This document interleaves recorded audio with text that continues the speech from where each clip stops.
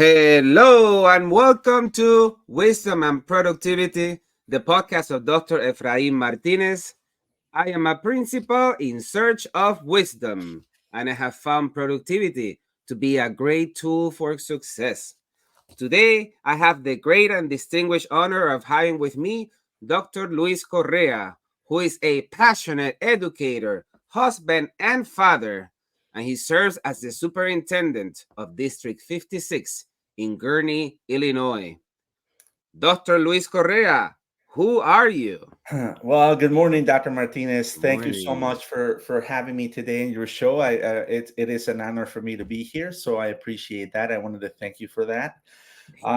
Well, let's see. Who am I? I think that I want to start at the very beginning, if you don't mind. Yeah.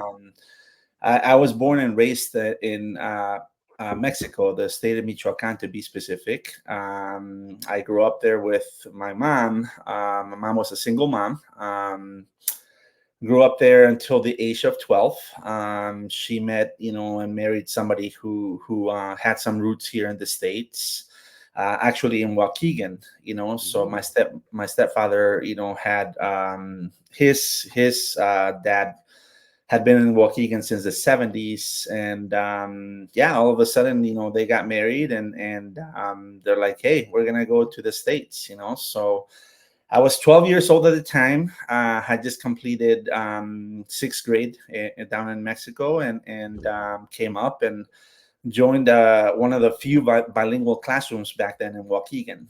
So as a seventh grader, everything was foreign to me, and I know. I mean, it was a new world, right? So then my parents, my mom and my stepdad, decided to moved to California and to start, kind of, their own business kind of thing. And we ended up moving to California a year later, right? So then it was really a different world because after being a year in bilingual education, I had a phenomenal teacher who taught me a lot of English my first year. I didn't know any English when I came to the States.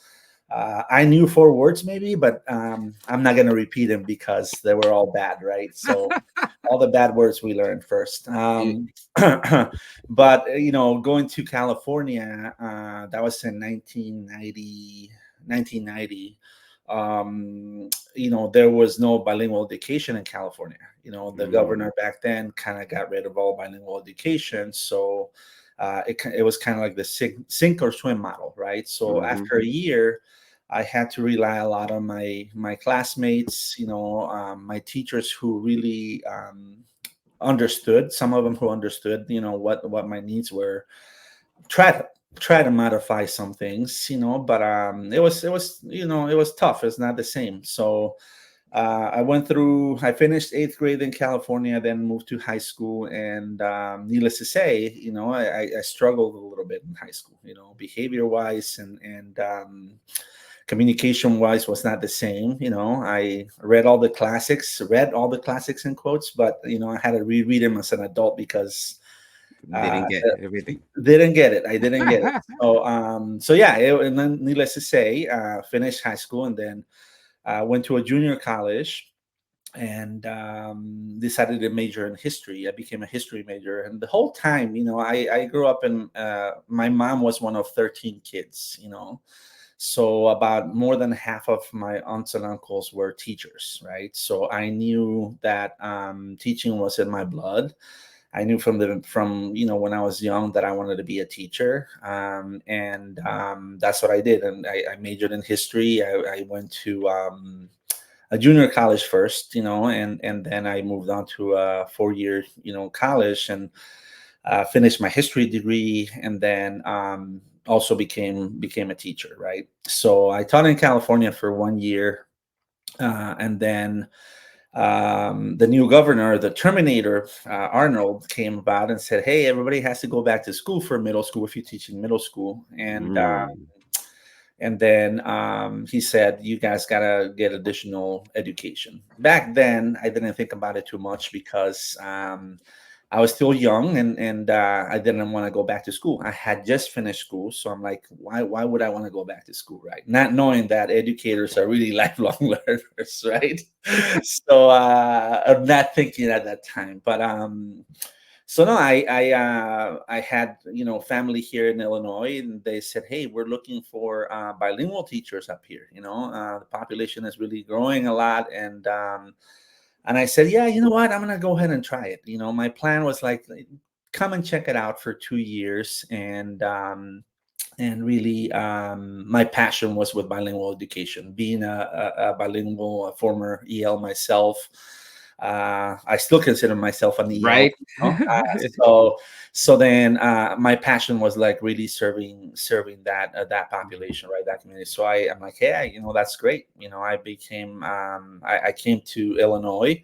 I taught at what was then called Jefferson Middle School in Waukegan, and middle school bilingual math and science. And then that's where I met my wife. My wife was the other bilingual teacher, which she's we shared kids, and needless to say, I never went back to California. Mm. So yeah, that's my personal thing. But like then I came to teach bilingual education here.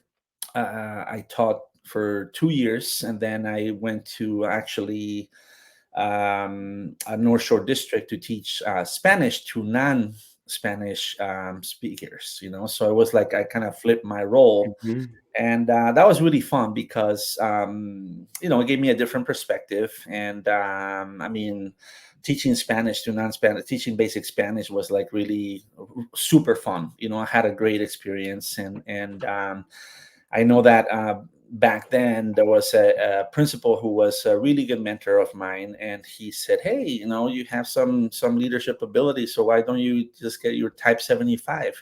That's that when Type 75s were a thing, and Yes. and I said, "Oh, that's not a bad idea." I had my wife and I had just had a kid.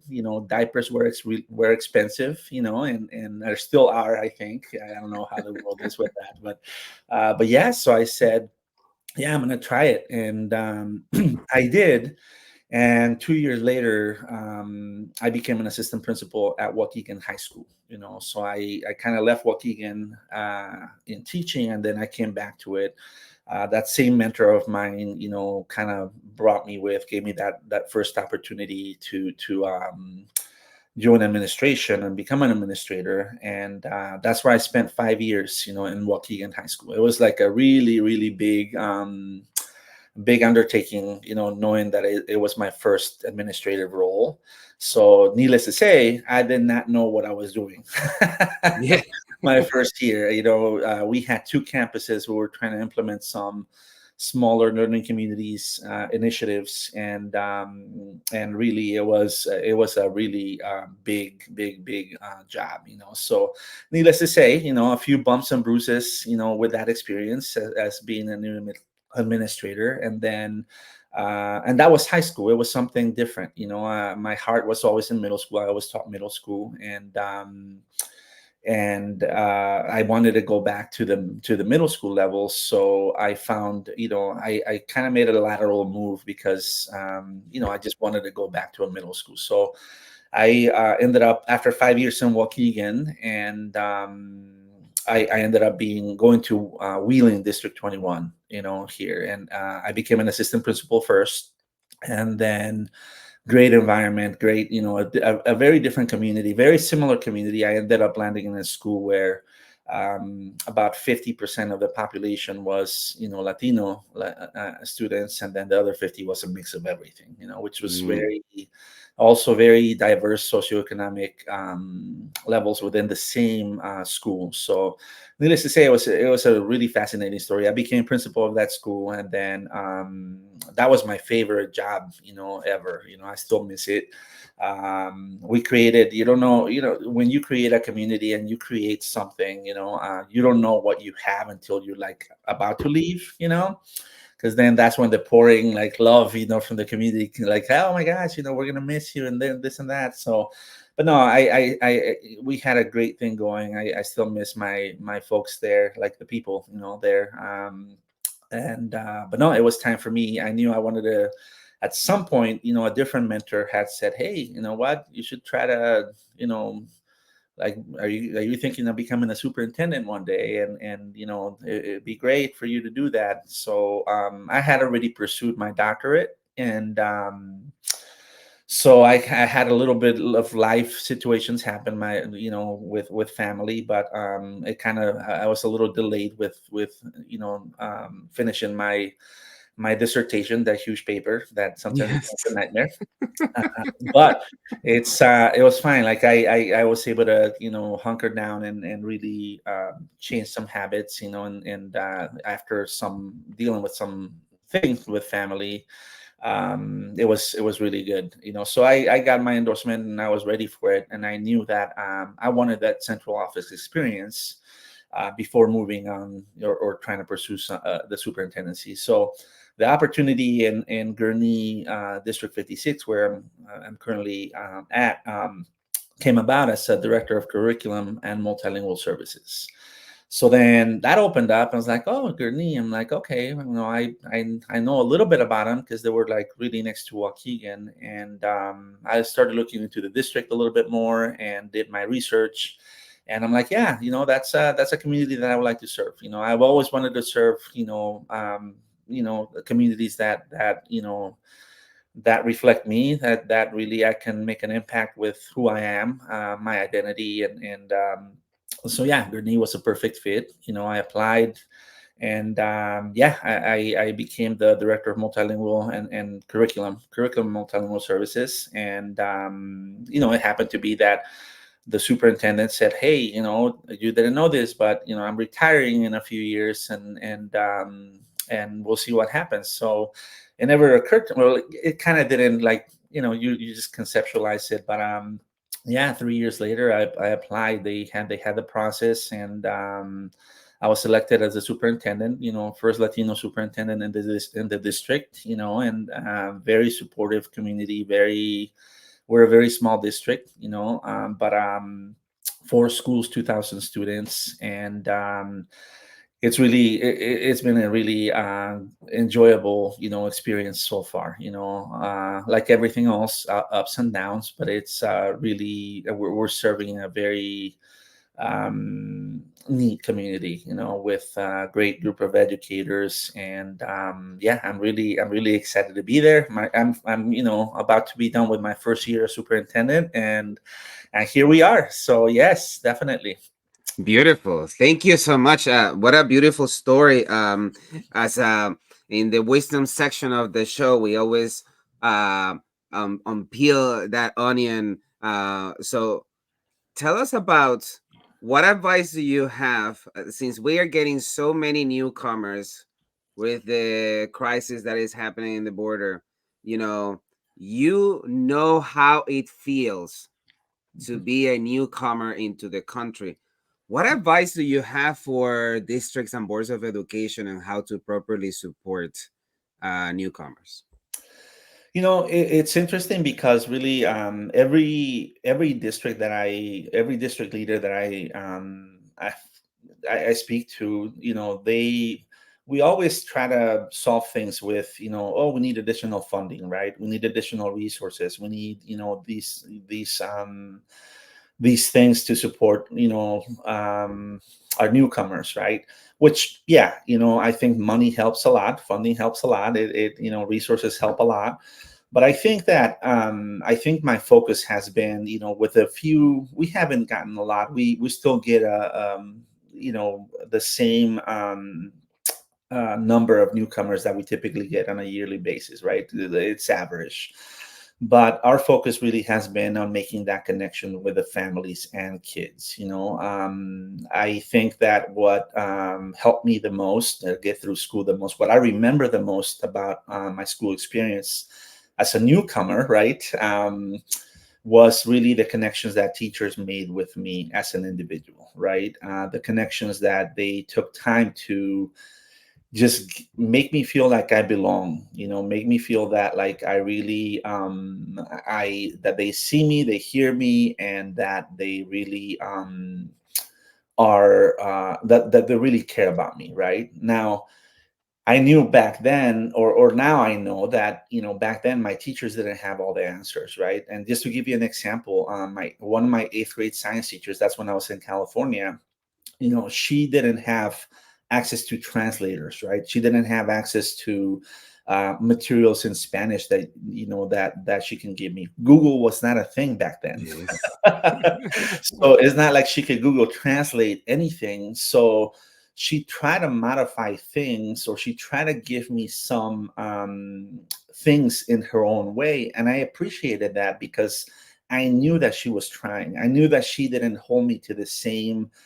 like definition, like, oh, you have to define all these terms, or you have to, like complete all these worksheets. She would say, hey, try to get the general idea of what you have, like what's going on here, and I'm good with that.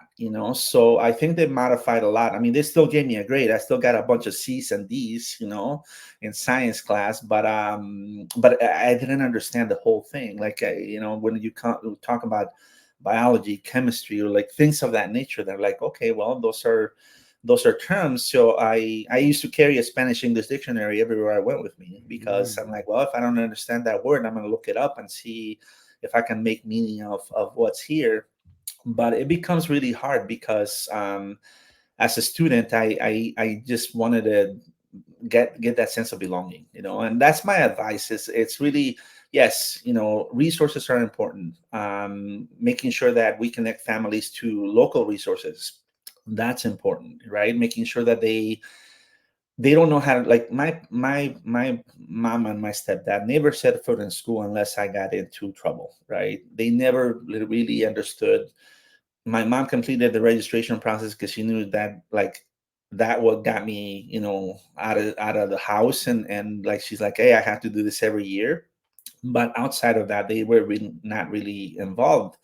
And part of it is, I think about it now, it's like, well, what kind of outreach the school have, to really make sure that they understood how to navigate some of the things, like, I had to. Luckily, I in high school, I had a counselor who took a little bit of care, right, to say, "Hey, you should, like, if you want to go to college, you need to apply." And these are the time.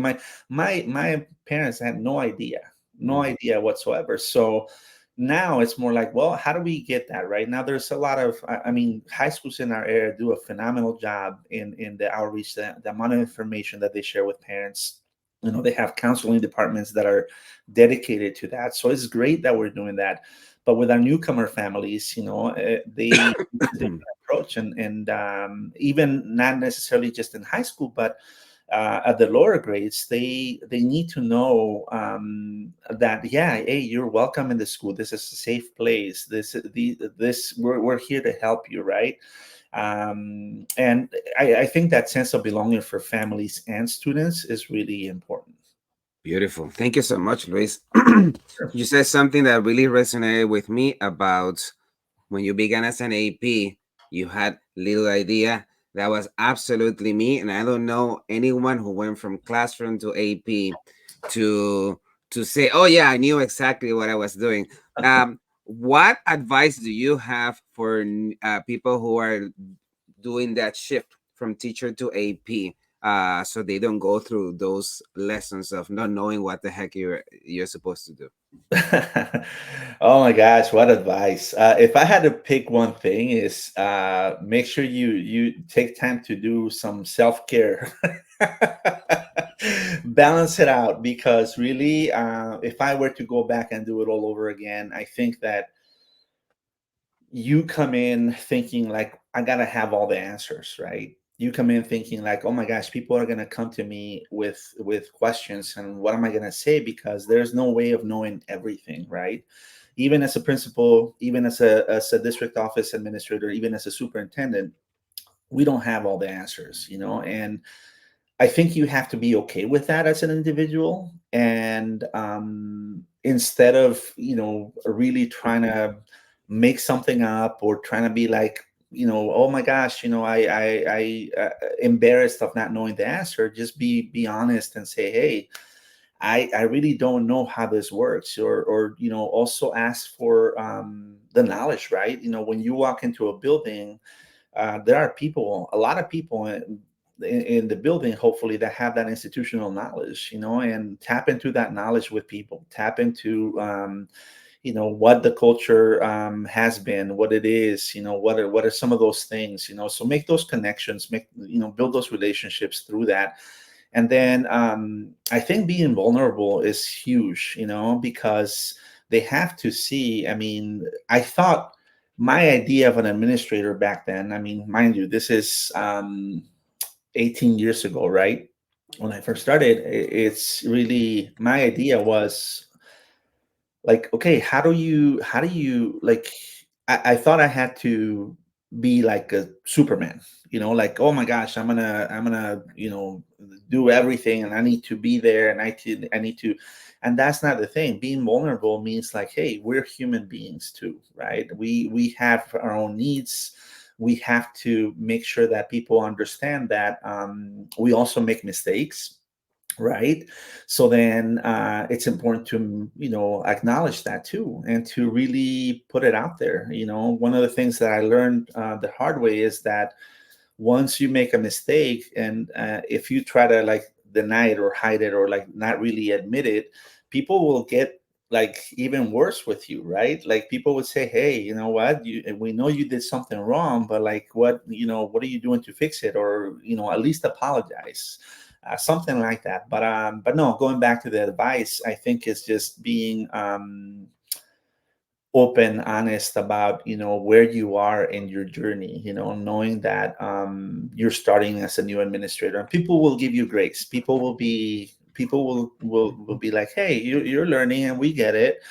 But then people also expect you to be the leader, right? Mhm. So it's a fine balance. It's between what you can do versus what people expect you to do, and you gotta find somewhere in the middle, some In the common. middle. One more follow-up question about this. Yeah. As a aspiring superintendent and current school principal, I know that I will have to do a shift, let's call it, in central office somewhere before I do that jump into as a superintendent. But when you're a principal, you're like the mayor of a town, right? Like you have all this stuff and everything goes to you. So, what lessons should principals know before getting themselves into the central office to be, for example, the director of curriculum or the assistant super X or Y, when you're no longer the mayor of the town? How things change? Like what should one expect before they get into trouble? Because they want to act like the principal, Yeah. and definitely it's not like that. Well, I think the biggest change for me was I missed the hustle and bustle, right? Like you said it yourself. You're like the mayor, right? And my transition into central office was really is not the best example, and here's why. I transitioned. So where I'm at, they offer me the job 1 week before everything shut down in COVID, right? So I didn't really know that COVID was going to happen, and I was interviewing, in February, March, and then we came to they offered me the position literally the week before everything shut down. Wow. So then, had I known that everything was going to be that COVID was going to happen, I probably would have stayed as a principal, because that was like we had a great thing, in my school going, and I knew the staff. The staff knew me. So then the vision was like, we needed to make minor adjustments, right? So that's why I'm saying my experience is not a very good example, because when I went into central office, I met people through a screen, right? I met most people through a Mm. screen because we were kids were remote, and then hybrid and all that mess. So yeah, that was that. But to your question, I think that one thing that did not change is that as a principal, you need to have a vision of what you need to do, where you need to move your school forward, right? Like what direction you need to go. That doesn't change when you become a central office administrator, because now you have to, the only thing that changes is your lens, right? So whether you have 4 schools or 10 schools in your district, you have to think, okay, what is my vision for my department, and how is it going to impact not only one school, but how is it going to impact, the 4 schools or the 6 schools or the 10 schools, whatever. So then that's one thing that does not change. What changed the most for me is like I miss the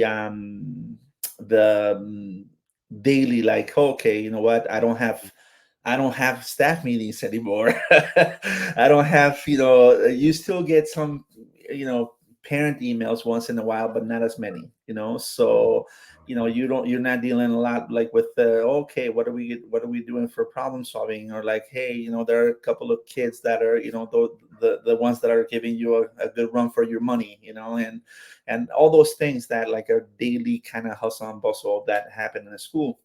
And you don't have that, right? Your role as a central office administrator has more to do with the larger impact that you have, and how to implement that. Now, as a former principal myself, I was very aware that, and people gave me this advice. I mean, I worked with great central office administrators. I had great role models too, and people gave me the advice of, don't be a partner instead of being like, a boss, if you will, right? So sometimes Mm, Dr. Martinez, like sometimes we look at central office admin, and you're like, oh my gosh, like here's my other boss, or here's like there's a way to do this, and it's true. Like we all have those thoughts sometimes. So like, oh my gosh, like now curriculum is asking me to do this. Now businesses tell me to do this way. Now tech is coming and saying like, hey, we have to have this or whatever. So you feel pulled in those directions. So I think that when you move into a central office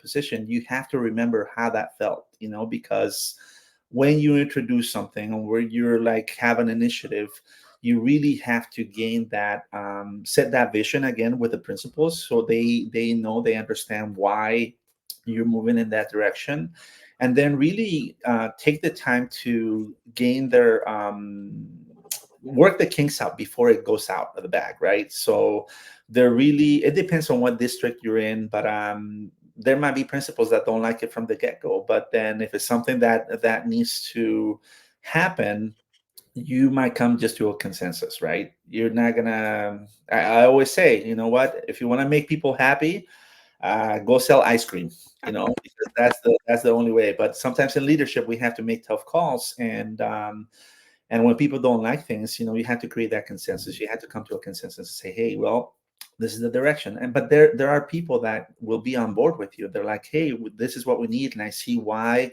and yeah, we're going to lead this forward. And that's who you want to really be, at your side when you launch those things. But never forget that principals have, the difficult task of buffering things, so it's palpable for their staff, right, too. So yeah, those are things that I just kind of learned as I went. I made a lot of mistakes too, because there are times where, my first 3 months in my current district, I told principals like, hey, well, we should set, learning targets for COVID and remote learning and blah blah. Well, they were worried about, ventilation. They were worried about, like distancing. They were worried about like, oh my gosh, how am I set up? So then there were a lot of things happening. They're like, Luis, don't even, like, right now, don't even add one more thing. So needless to say, I mean, but you learn from those things, right? And you say, well, let's see how much we can push, but it's important to have them on your side, definitely. wow, what a beautiful advice. Masterclass. Be a partner, not a boss when you're in Exactly. central office. That's amazing. Thank you so much, Luis. Mhm. So, like in Back to the Future, if Luis could go back in time to any of the positions that you have held in the past, what would the Luis of today tell the Luis of back then? Gosh, let's see. That's an interesting question, because I think that, right now, like the way I feel, of how my journey has gone, I wouldn't change a thing. I think every experience gives you, a different learning opportunities, and I learned something from every single experience that I've been in, whether it was good or bad. So I think that I would tell myself to really take advantage of more advantage, I should say, because I did have some good mentors, but really try to build a stronger network earlier on. I think that sometimes we are too focused, on our own building, on our own issues, right? And I think we forget that there are other people, maybe across town, maybe two towns away, maybe in neighboring districts that are going through the same thing. And it's important for us to maintain those connections, right? As a principal, I always have my little network, and I was fortunate to work with two great principals in the same district, and because we had three middle schools, so we formed this like tight knit group. But I think that I wish I had that in every single role since I started, because that's who really supports you through rough times and great times, and it's really something that you learn from each other, right? You kind of bounce ideas. You say, hey, this is what I'm dealing with. What will you do, or what should I do, or what how should I move this forward? But it's creating that network earlier, and really taking advantage of the opportunities that you have, of people passing on that wisdom too, right? So Yes. I think that I wouldn't be a superintendent right now if every step along the way I didn't have people who believed in me and who saw something in me to say, hey, I'm going to help you, right? I'm going to push you forward. And now it's the same. I mean, I think of the opportunities that we have. You as a principal, we have opportunities to change people's lives, right? When you hire a brand new teacher out of college as their first job, I'm like, oh my gosh, how exciting that is, right? But you're changing someone's life. You give them that opportunity, right, to not only work with them but also help them grow. So after reflecting, when I reflect and think, okay, who were my mentors, who like how have I gotten to this point? It wouldn't be without people, right? It wouldn't be without people that gave you a hand, that opened a door, that gave you an opportunity. And that sometimes that's all we need, is that push, that opportunity for someone to say, hey, you can do it, I believe in you. And yes, the road is not easy. Yes. But you have to work hard. You have to really put time, effort, sweat and tears into it.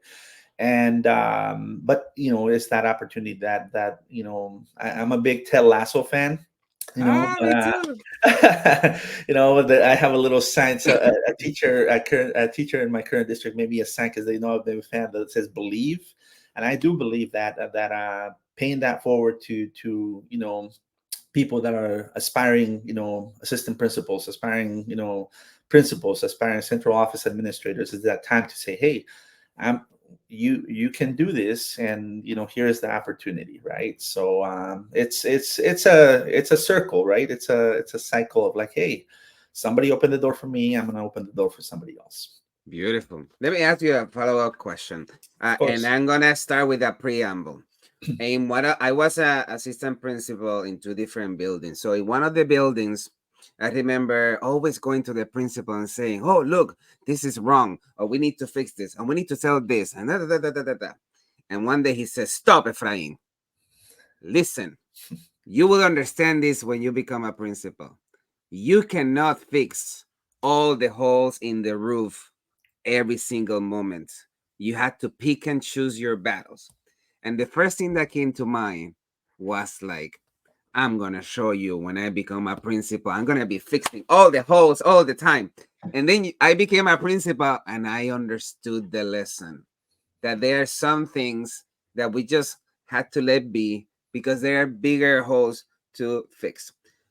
Is there any lesson similar to that when you were a principal, you may have thought, when I become a superintendent, and then you became a superintendent and you are like, I learned a lesson.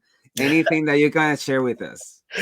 Yes. Oh my gosh, it's funny that you mentioned that, because yeah, you know what, I think every context that you go to, right, every district that I've been, every position, do you feel like, oh my gosh, or sometimes, not that I don't want to assume that people think this way, but like we get criticized, right, in our roles. Like there's always somebody that says like, oh, I can do better than that, or oh, if I were in that position, I would do this. I'm like, well, I and that lesson is like so true because until you're in the shoes, you know exactly what comes your way, right? So like they say, when you're a principal, the buck stops with you as the school leader, right, as the building principal. So no matter what's going on, whether you know about it or not, if it becomes a problem, it's gonna make it to your desk, right? It's gonna make it to your office. So same with superintendent. I think that having a vision for what you want to do, it's really important, right? It's like getting that huge piece of plywood to cover all the holes, right? It's like Mhm. it's and you're not going to cover it all, but I think having a vision creates that sense of you have to be intentional about where you spend your efforts to create systems, right? I'm a big systems thinker. I like to think systems, and one of the things that I share, even as a principal, right, is like, well, if we create this system, if we spend our efforts creating the system, we know water is dripping down the holes, but if we create the system, those holes will take care of themselves, right? Because this is what happens if we create a system for this, and people have to be able to see that. And as a leader, you also have to be able to stay the course, because there's a lot of distractions, right? You might be building that system that you say, okay, well, there's still water coming in, and it's water that's dripping on my head or my shoulders or whatever it is. So I'm gonna try to like let this go for a bit and try to pay attention to that. But if you do that, it distracts you from what your vision is. So Mhm.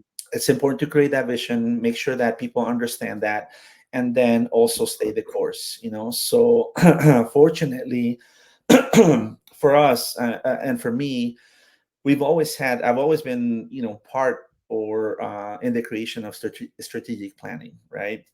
So one of the things that I did as a superintendent, and during one of the opening days, I told the entire staff, right? I said, look, because people, when you're new, they're like, oh, what are you going to do? What are you going to change? What's going to happen? What are you about? And while I was in the district already, people were still wondering, like, what are you going to do, right? So I said, if I do something that's outside the strategic plan, then please call me out on it. Okay, Mhm. so we have a strategic plan that was developed by the community, by administrators, by teachers. We had like everybody was part of that. So if I do something outside of that, if I start doing initiatives that are outside of that plan, please tell me, because then I'm doing something that we're not intended to do. But that is part of staying the course, right? So the blueprint's already there, the strategic plan is there. We know what our goals, our values are, and then I think my role is to get us there, right? To say, okay, what do we have to do to accomplish these goals? Knowing that these are our values, then let's move in that direction, right? And how do we start? And then yes, you uncover things that are like, oh my gosh, that needs attention too, or like this is happening. But you have to really bring it back to, okay, how is this impacting the strategic plan, or how is this impacting the vision that we have for the next 2 3 years, right? And if people get to that understanding, I think you have a sense of like, okay, we know what direction we're going in, let's buckle up, and then let's get to work, right? So that I believe has helped a lot, because as a brand new superintendent, you're like, okay, well, how am I doing with this, right? Or what's happening here? And there's always room for improvement, of course, and I have to also solicit that feedback from staff. Really put yourself out there and say, hey, give me some feedback. Tell me how I'm doing. Tell me how can I improve my own practices because I want to get better, right? So it never stops. I did that as a principal. I did that. I didn't do that as a central office administrator, but now as a superintendent, I'm like, yeah, give me some feedback, right? So it's about having that vision, being intentional about staying the course, and really always seeking that feedback and saying, okay, are we doing the what we said we were going to do? Beautiful. Thank you so much, Luis. Let me ask you, let's talk about books. If you have to gift two books, one fiction and one nonfiction, to a loved one, which books will those be and why?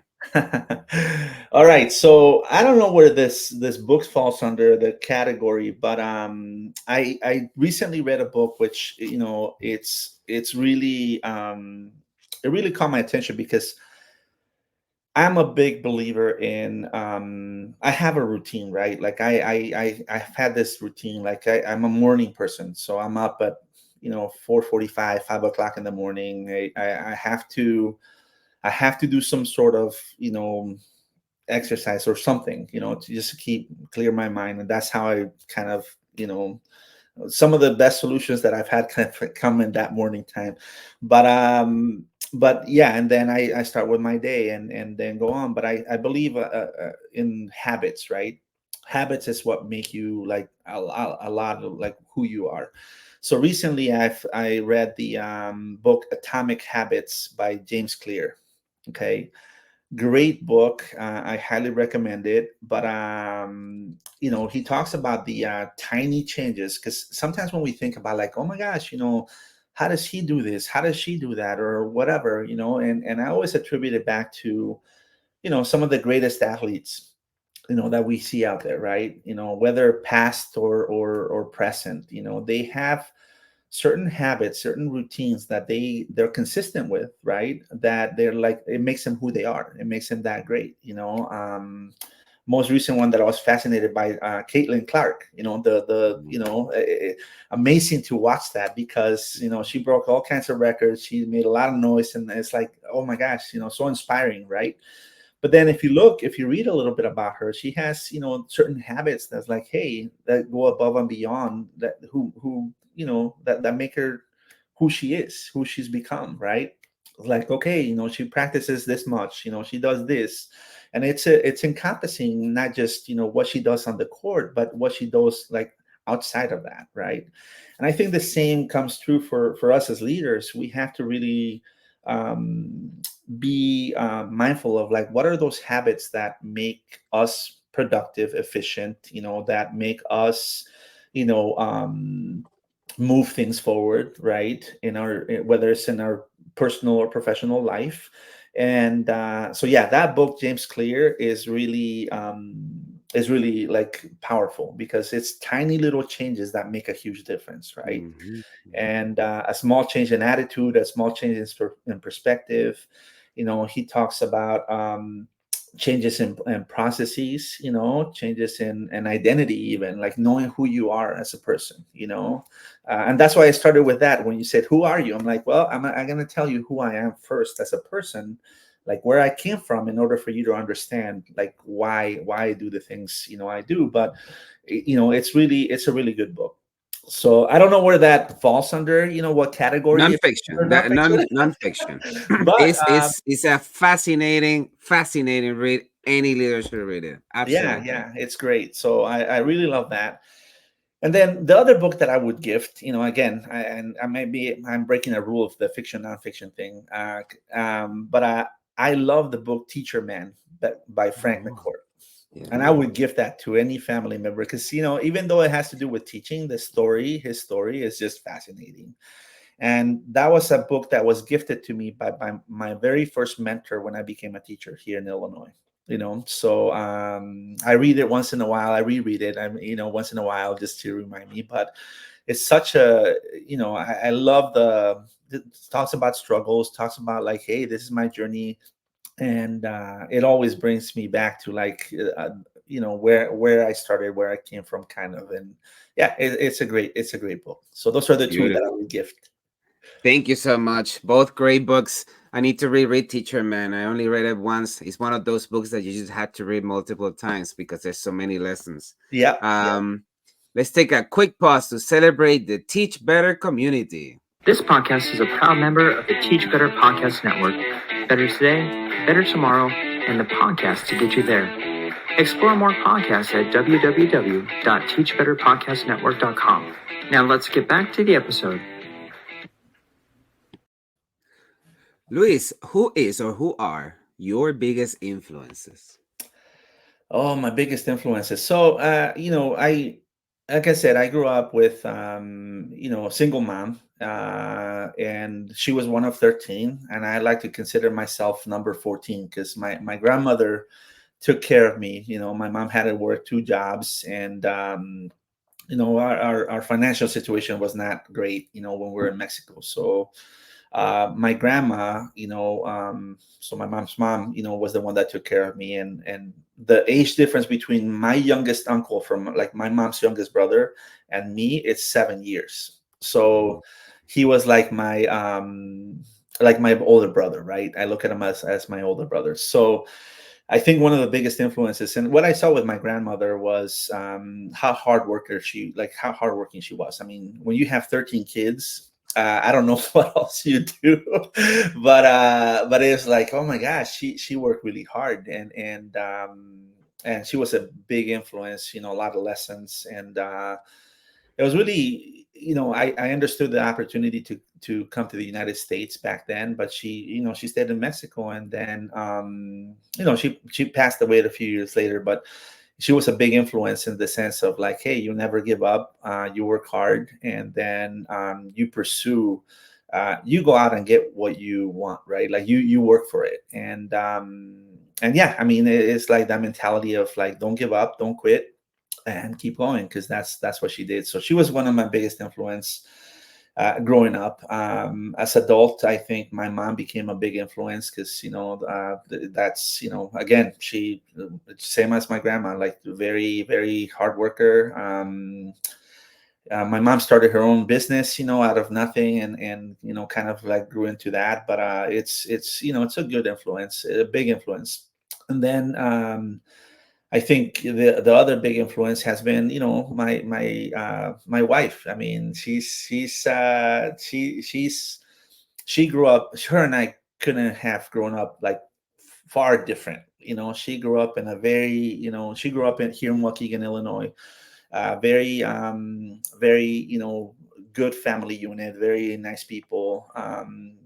She's Irish background, but it's the way that she grew up and the way that I grew up is very different. So she has been a great influence in kind of me reshaping some of the ways that the perspective that I have, right? So growing up was not sometimes home was not the best thing for me, with my family, but that's what it's about. Like for me, it's all about family, and she has been a big influence in that, for me to be also who I am, right?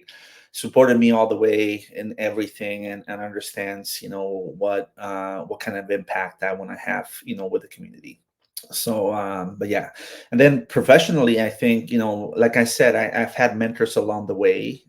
So my first principal, who I remember, dearly, and she moved out of state, a few years ago, but she was a big influence in the sense that it gave me a lot of autonomy, because we didn't have a lot of materials. We were a very small bilingual program, so we created a program, that was meant to help kids, on Saturdays, right?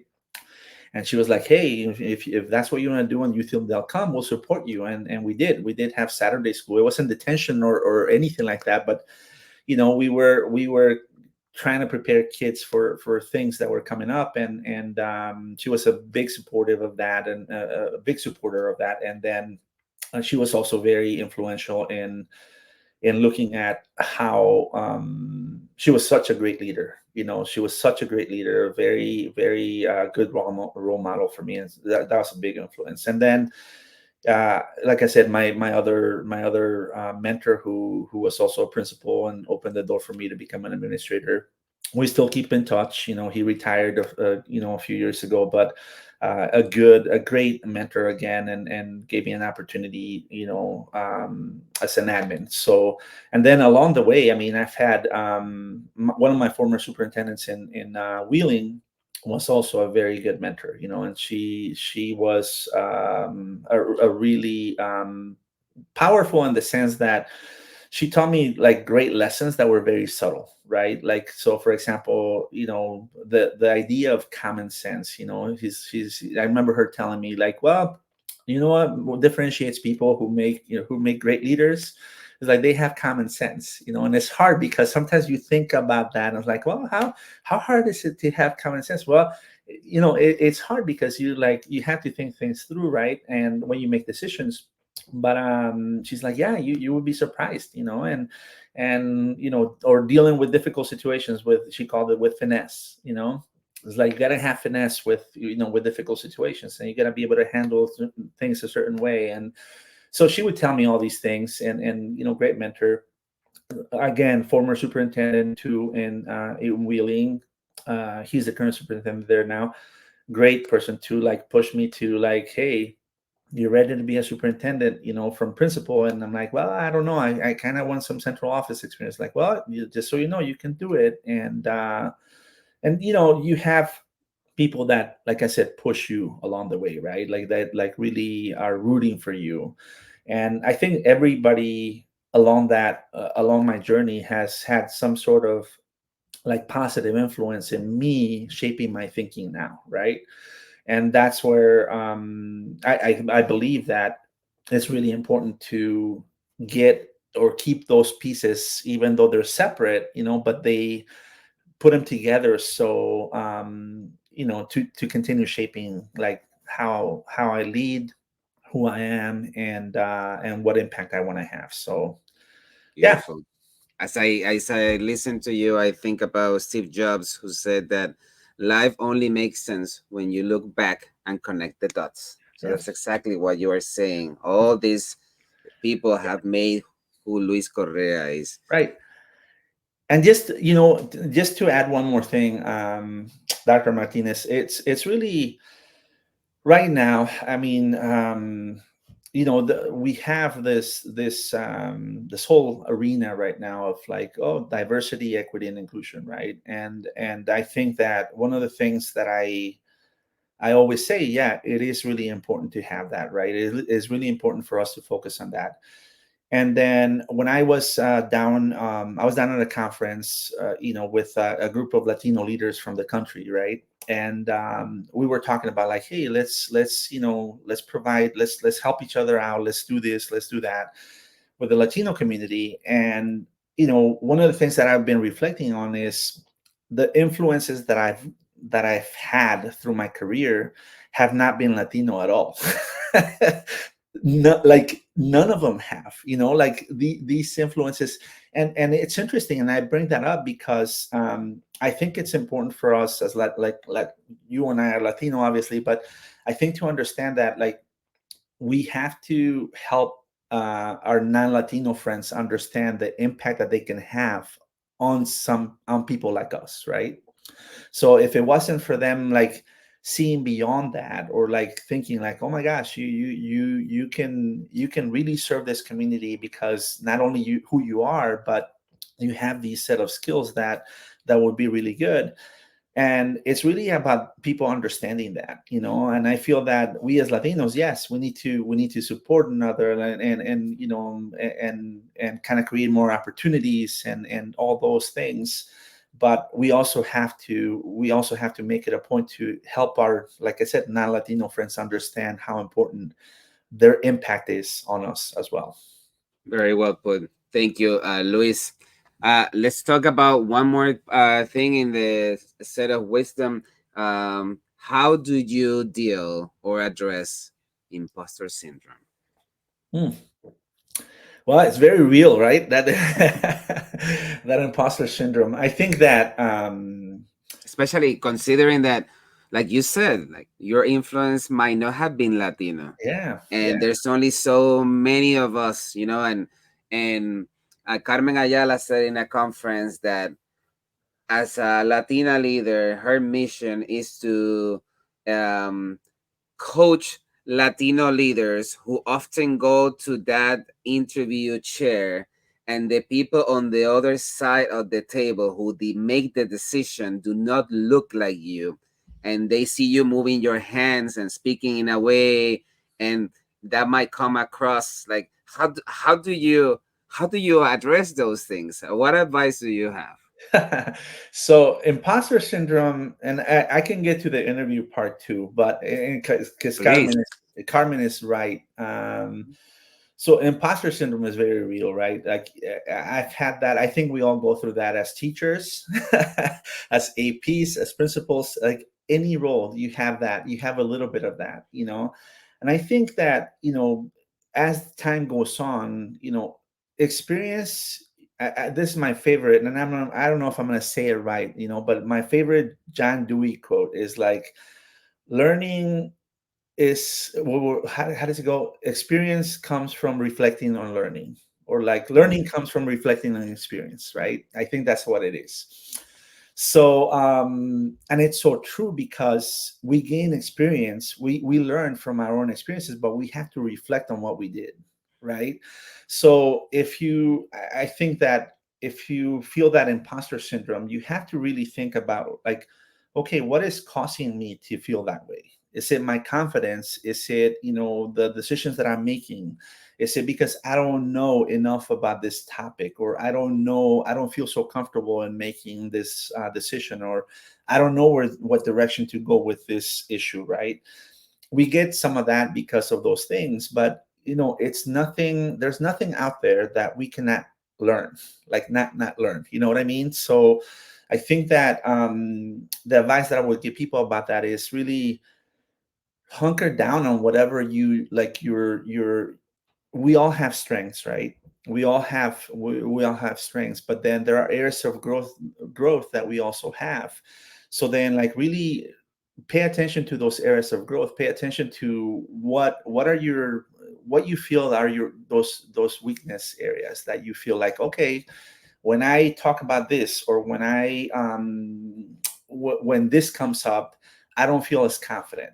So then learn more about that. Learn, like, trying to get comfortable with being uncomfortable, right? And it's how you grow. And I think that has helped me address some of this imposter syndrome, that is out there. So and just to give you an example, I had never, as a superintendent, never negotiated a teacher contract before, right? And my first year, this past year, we had to negotiate a contract, and it was one of those things where you say, "Well, I've never done it, so how does this work?" Right? So I asked around. I asked my network, like, "Hey, how have you done it? What is your format?" So I kind of did my research on it, and mind you, it's not rocket science, but I was like super nervous, super anxious about that and how the process was going to go.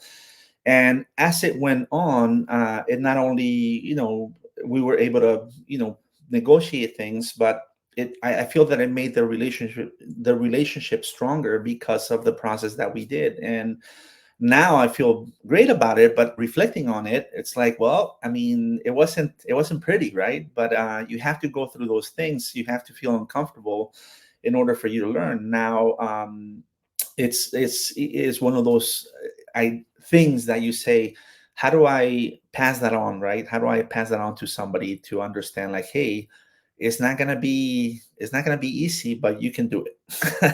Beautiful, And then beautiful. about the interview, The interview, tell me. yes, yes, yes. So I think preparation for an interview is key, right? And like you said, we have a different way of talking with our hands. We have, that people don't understand. But I think that one of the things that I always,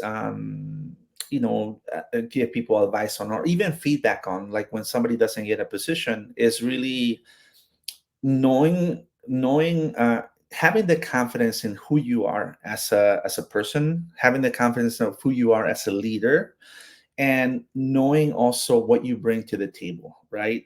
Now, on that same sense, there's a flip side to that, because I also believe that we have to look for, I've always looked for positions that I know I can be a good fit for, right?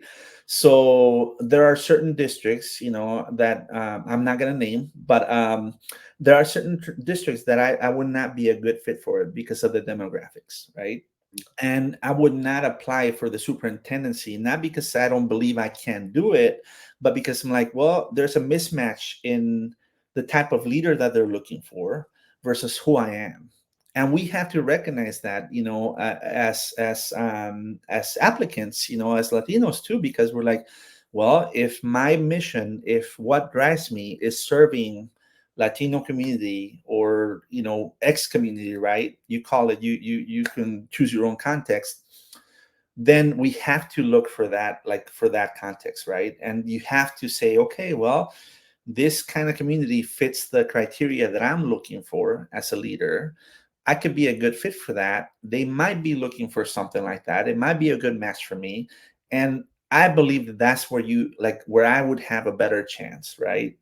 So then what I typically tell people is like, you have to do your research. You have to come in confident, knowing about like, what is it about you that you bring to the table that's going to move the district forward? How are you going to, how do your own personal experiences, how do your own professional experiences, how does those mix, for you to move the district forward, right? So then people on the other side, a lot of times they're eager to say, oh my gosh, we have a minority candidate, or we have, whatever. And they're really, what I found is that they're really rooting for you, but it's the preparation for it could be a 1 hour interview, right? So it's that time that is going to determine how, like, whether they say yes or no thank you, right?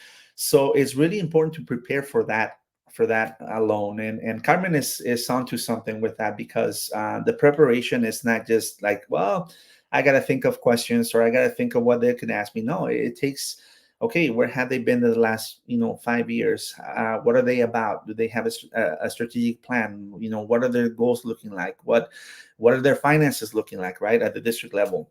What is the community made up of?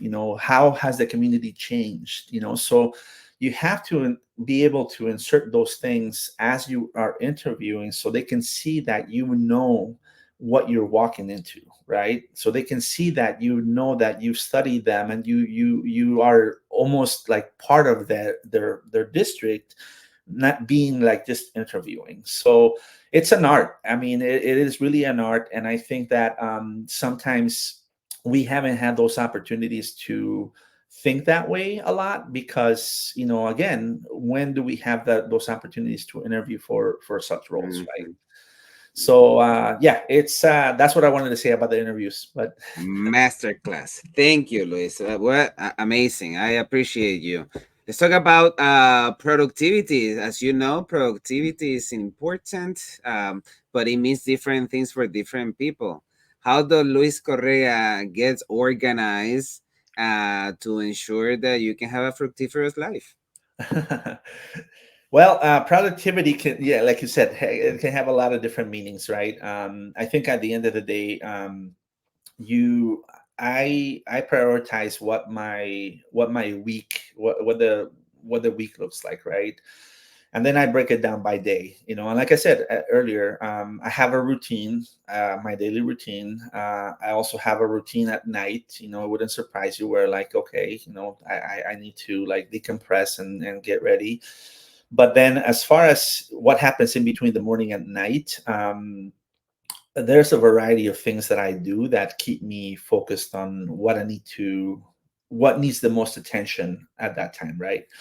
So then what I try to do is a combination of work, and to me, in my role right now, it's very important to have that visibility, right? Which I haven't really, I think I get a C plus, from my staff on that category right now, because there's been a lot of things that have needed my time, but I would like to be out there more. So I'm the type of person that if you send me an email, I'm not gonna email you back. I'm gonna show up to your door and say, hey, let's talk about that, or like, hey, or I'm gonna call you, right? I'm gonna say, hey, let's talk about that email, and so I'm that kind of person.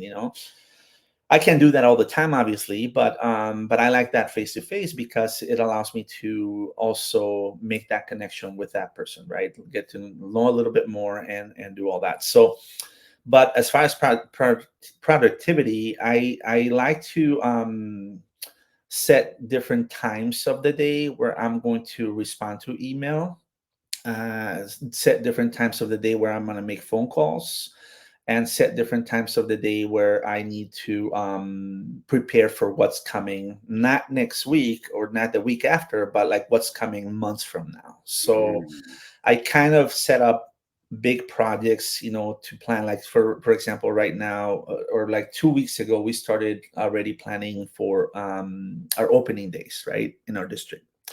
But it's like a long range planning where I'm like, okay, well, let's set up the structure of what those days will look like, and then let's break it up into chunks, right? And so we're planning backwards. So by the time that we get to those days, I'm already planning for like maybe October things, So I kind of set like, okay, let's start planning ahead, and then that kind of like breaks up kind of the work that I need to do, or the focus that I need to have, because I don't plan all the time for the things in August, but it's always in my mind, and as we get closer to the date, I'll pay more attention to it. But I have to get things rolling that way in order for me to like maintain like all the what do people call it, plate spinning, right? I see. So it's really, it helps me out a lot to have those things laid out. And then the last thing is, there are time the last thing for productivity is when I need a mental break. I walk away from my computer, and I go for like, I go and still talking about school or anything, but I go and talk to someone about like, hey, let's talk about this, or I go for a walk, or I go and visit a classroom, and because that's productivity is a balance, right? It's really, you cannot be productive if you're constantly working, because we get tired, Yes. and that same sense, it's very important for me to walk away when I need a mental break, and when there's a lot going on. But yeah, is that I love me? it. That's So that's do you block time in your calendar to do email, for example, or go talk to people, or is sporadic during the day? It's sporadic depending on what we have. So like, the way that my schedule works right now, it's there are certain meetings that are set, every week with different people, different groups. And then outside of that, I make time either before or after that to reply to things, because I like to, in meetings, you will not see me texting, you will not see me answer an email. I like to have my full attention, to what's happening at that time. So then because of that, I get backed up, as you can imagine, with things happening, and I tell people, like, if I'm in a meeting and if something really important, then call me and I'll know that it's important, right? And I'll pick up the phone. But if they text me, if they send me messages, they send me emails, I will not open them, I will not look at them. And that has worked for me. That's how has worked really well for me, because I'm able to pay full attention to what's happening. But yeah, I do, it varies, my time varies, but I know that if we all see that little number on the emails right now, like how many you Yes. have. And it bothers me because sometimes I'm like, oh, I want to get that number, to a certain amount, and it's sometimes it's not doable. But at least I can scan and say, okay, these are the most important things that I need to respond to right now, and then I'll address the rest later. So it varies by time, but I do like to have that, like, hey, I need to sit down, and typically before I come home, whenever it is in different times of the day, it varies, but I like to do a last, like, hey, I'm going to answer to these messages that need my attention before I go home, because otherwise, my mind would not be very clear to be with my family.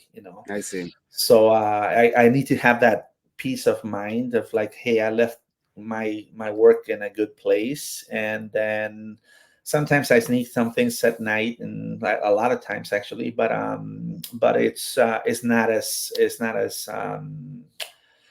heavy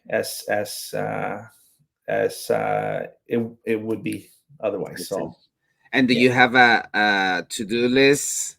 And if so, are you a note taker? Do you use an app, post-its? What do you do? I like to, as far as a list, I don't have everything I base is on my calendar, and it sounds Mm, weird, but it works for me in the sense that if I have to work on a project, I put it on my calendar. I say if it's not on my calendar, it does not exist. So I put chunks of time on my calendar that has specific. I attach documents. I attach things that have specific tasks that I need to do and by when I need to do them. And then if I don't get to that, if something else happens and I'm supposed to be working on something, then I move it to a different time. I take that event, move it to a different time, so it doesn't go away. So I don't like lists for some reason. I always feel like I used to have sticky notes on my computer. I used to have things that reminded me of things, but I'm like, the calendar works best because I'm constantly looking at my calendar, constantly looking at, okay, what's coming up, what do I need to do. It's helped me with staying up to date with deadlines for grants, deadlines for other things that the state require, like all these things that are happening. Everything's on my calendar. So when people look at my calendar, like, oh my gosh, you have a lot. But then yeah, it's how I organize my work life. It's just like, if it's not on my calendar, it does not it's not exist. happening. Beautiful. Thank you. And Luis, when you take off the hat of superintendent and you get home relaxed, what do you do for fun? Oh gosh, my family is probably the most important thing in my life to me. Like the most, not probably, it is the most important thing in my life. We, even with my wife and kids. So I have a son who's 18 years old, finished his first year in college now, and I have a daughter. I know, right? And I have a daughter who is a sophomore in high school. So my kids are older. And but I love spending time with my family. My son not so much because he went away. He's home now, but spending time with family is what I do. I mean, I have a very by design by design I have a very small I have a lot of acquaintances, if you will, but I have a very small group of friends because time spending time with them is also important. But I would rather, if you ask me, if I had to choose, like, time with my family is what I love to do. I like to read. My wife loves to, she's very creative, and she kind of pushes me to experience other things too. Like, she's very adventurous, so she gets me out of the comfort zone with that. She's like, oh, let's go hiking here. Like, I don't like wild animals, like wildlife. That's not my thing, but or the wild, but it's one of those where she kind of pushes me out there, and I love just spending time with my family. That's what I do. And I would not trade any of that for anything. So Beautiful, beautiful. Luis, this has been such a wonderful learning time that you spent with me. I have learned so much. Any last thoughts for the listeners and viewers of the show? well, before any last thoughts, thank you again for having me. This has been a great conversation. It is truly an honor to be here with you. I appreciate the invite, love it. And no, I mean, it is really, I think that I would say to mainly to aspiring leaders, aspiring, anything, right? Whether you want to be an aspiring assistant principal, an aspiring, principal, aspiring central office administrator, and aspiring superintendents. I think that what drives you, what drives me is like really the impact that we want to have, right? And I'm going to steal a page from, again, my principal years, where I had an eighth grade team, or two eighth grade teams that taught me a lot, in the sense that, like, their names, in middle school, we have team names and Yeah. do all that middle school the thing, which I love. But the two teams that I had there was like impact and legacy, right? And I love it because they said, we have to make an impact and leave a legacy, and that's what it's about. Leadership is about making an impact, and the legacy that you leave is like, what you make of it. And I really hope that, we can help others, make that jump. And if there's any way that I can help, reach out. So it's great. Thank you, Luis. So honored you were here. Have a fantastic weekend with your family. Thank you so much. Okay. Take care. Good to see you. Bye-bye. Thank you for listening to Wisdom and Productivity, the podcast of Dr. Efraín Martinez. Chulo. And I love that production. Chill out.